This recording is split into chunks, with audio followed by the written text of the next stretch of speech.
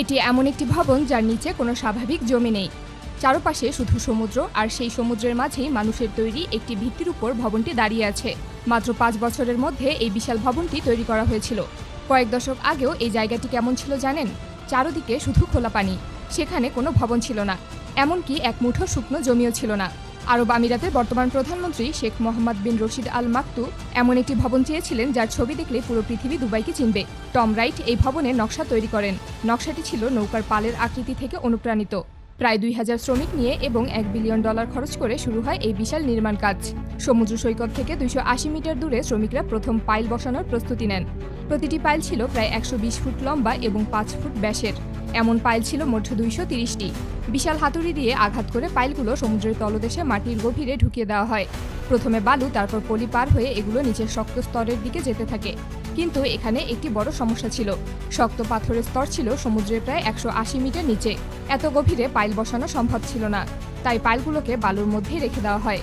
এরপর অস্থায়ী লোহার পাত দিয়ে পুরো জায়গাটি চারপাশ থেকে ঘিরে ফেলা হয়। এতে সমুদ্রের পানি আটকে রাখা সম্ভব হয়। তারপর দুই পাশ থেকে বড় বড় পাথর ফেলে দ্বীপের চারপাশ তৈরি করা হয়। এর উপর শক্ত কংক্রিটের ব্লক বসানো হয়, যাতে সমুদ্রের ঢেউ সরাসরি দ্বীপের উপর আঘাত করতে না পারে। একই সময় দুটি যন্ত্র দিয়ে মাটির নিচে পাইল বসানোর কাজ চলতে থাকে। মোট 230টি পাইল বসানো হয়। প্রতিটি পাইল পরীক্ষা করে দেখা হয়, যাতে নিশ্চিত হওয়া যায় এগুলো যথেষ্ট শক্তিশালী, কারণ ভবনের প্রায় 70,000 টন ওজন এক একটা পাইলকে বহন করতে হবে। 230টি পাইল বসানো শেষ হলে এবার আসল জমি তৈরির কাজ শুরু হয়। পাইলের চারপাশে ঘেরা জায়গার মধ্যে বালু ও পানি ঢুকানো হয়। কয়েক সপ্তাহ ধরে বালু ধীরে ধীরে নিচে বসতে থাকে এবং পানি বের হয়ে যায়। ফলে প্রথমবারের মতো এমন একটি জায়গায় শুকনো জমি দেখা দেয়, যেখানে কিছুদিন আগেও শুধু সমুদ্র ছিল। কিন্তু এই বালু তখনও যথেষ্ট ছিল না, তাই বিশেষ যন্ত্র দিয়ে বালুর মধ্যে কম্পন তৈরি করা হয়। এতে বালু আরও শক্ত ও ঘন হয়ে যায়। এরপর দ্বীপের উপর বড় বড় পাথরের স্তর বসানো হয়। চারপাশে আরও শক্ত কংক্রিটের ব্লক বসানো হয়, যাতে শক্তিশালী ঢেউও সহজে সেগুলো সরিয়ে নিতে না পারে। দ্বীপের দেয়াল সমুদ্রপৃষ্ঠ থেকে প্রায় 22 ফুট উঁচু করা হয়। বালুর ভেতরে পানি বের হওয়ার জন্য পাইপও বসানো হয়। সমুদ্রপৃষ্ঠ থেকে এত উঁচু করে পুরো জমি তৈরি করতে প্রায় 3 বছর সময় লেগেছিল। এরপর পাইলগুলোর উপরের অংশ নির্দিষ্ট উচ্চতায় কেটে সমান করা হয়। এগুলোর উপর পুরো ভবনকে সমান করে বসানো হবে। এরপর কাঠ ও লোহা দিয়ে এমন একটি শক্ত কাঠামো তৈরি করা হয়, যার ওপর ভবনের নিচের মূল অংশ তৈরি হবে। শত শত শ্রমিক সেখানে লোহার রড বসাতে থাকেন। প্রতিটি পাইলের মাথার চারপাশেও রড বসানো হয়। অবশেষে শুরু হয় বিশাল কংক্রিট ঢালাইয়ের কাজ। পুরো ভিত্তি তৈরিতে প্রায় 70,000 ঘনমিটার কংক্রিট ব্যবহার করা হয়। কংক্রিট ঢালাই শুরু করার পর কাজ থামানো যাবে না, তাই শ্রমিকরা একটানা কাজ করতে থাকেন। কংক্রিটের ভেতরে যেন কোনো ফাঁকা জায়গা না থাকে, সেজন্য বিশেষ ভাইব্রেটর যন্ত্র দিয়ে সেটিকে ভালোভাবে বসিয়ে দেওয়া হয়। নিচের কংক্রিটের ফ্লোর তৈরি করা শেষ হওয়ার পর এবার শুরু হয় ভবনের উপরের অংশ তৈরির কাজ। একতলা তৈরি করার পর সেটি শক্ত হতে দেওয়া হয়। তারপর একই ধরনের বড় কাঠামো খুলে উপরের তলায় নিয়ে যাওয়া হয়। সেখানে আবার কংক্রিট ঢালা হয়। এভাবে একতলার পর আরেক তলা তৈরি হতে থাকে। ভবনের ভেতরের মূল দেয়ালটি যত উপরে উঠছিল, তার সঙ্গে সঙ্গে বাইরের কাঠামো বসানোর জন্য কিছু শক্ত অংশ আগে থেকেই তৈরি করে রাখা হচ্ছিল। ভবনটি যখন প্রায় অর্ধেক উচ্চতায় পৌঁছে যায়, তখন দূর থেকে এর আসল আকৃতি ধীরে ধীরে দেখা যেতে শুরু করে।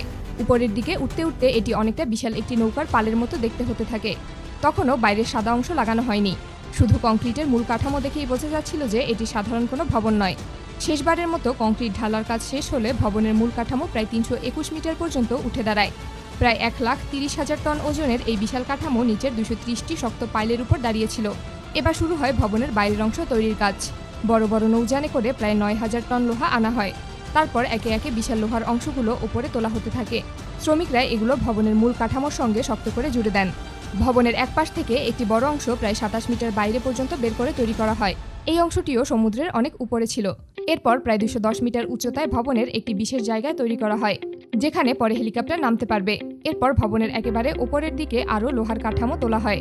শেষ পর্যন্ত ভবনের মাথা প্রায় 315 মিটার উচ্চতায় পৌঁছে যায়। কিন্তু তখনও বুর্জ আল আরবকে আজকের মতো দেখাচ্ছিল না, কারণ ভবনের সবচেয়ে পরিচিত সাদা অংশ তখনও লাগানো হয়নি। এবার সেই কাজ শুরু হয়। বিশেষ এক ধরনের শক্ত সাদা কাপড় বড় বড় অংশে তৈরি করে আনা হয়। ভবনের বাঁকা আকৃতির কারণে সব অংশ একই রকম ছিল না। প্রতিটি অংশ আলাদা মাপ অনুযায়ী তৈরি করতে হয়েছিল। প্রথম সাদা কাপড়ের অংশটি যখন ভবনের উপর লাগানো হয়, তখন ধীরে ধীরে ভবনের আসল চেহারা ফুটে উঠতে থাকে। কাপড়গুলো খুব শক্ত করে টেনে লোহার কাঠামোর সঙ্গে লাগানো হয়। একের পর এক সাদা অংশ বসতে থাকে। পুরো ভবনটি তখন দেখতে অনেকটা সমুদ্রের উপর দাঁড়িয়ে থাকা বিশাল সাদা পালের মতো হয়ে যায়। এরপর শুরু হয় ভবনের ভেতরে সাজসজ্জার কাজ। মানুষ ওঠানামা করার জন্য লিফটের ব্যবস্থা করা হয়। ভবনের বিভিন্ন জায়গায় সোনার পাত লাগানো হয়।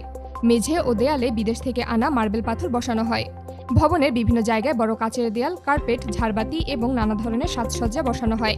এরপর ভবনের সঙ্গে স্থলভাগকে যুক্ত করার জন্য প্রায় 280 মিটার লম্বা রাস্তা তৈরি করা হয়। এই রাস্তা সমুদ্রের উপর দিয়ে দ্বীপটিকে মূল ভূখণ্ডের সঙ্গে যুক্ত করে। ফলে প্রথমবারের মতো মানুষ সরাসরি রাস্তা দিয়ে বুর্জ আল আরবে পৌঁছানোর সুযোগ পায়। অবশেষে আসে 1999 সালের 1 ডিসেম্বর। প্রায় 5 বছরের কাজের পর সমুদ্রের মধ্যে দাঁড়িয়ে তৈরি হয় 321 মিটার উঁচু এই বিশাল ভবন।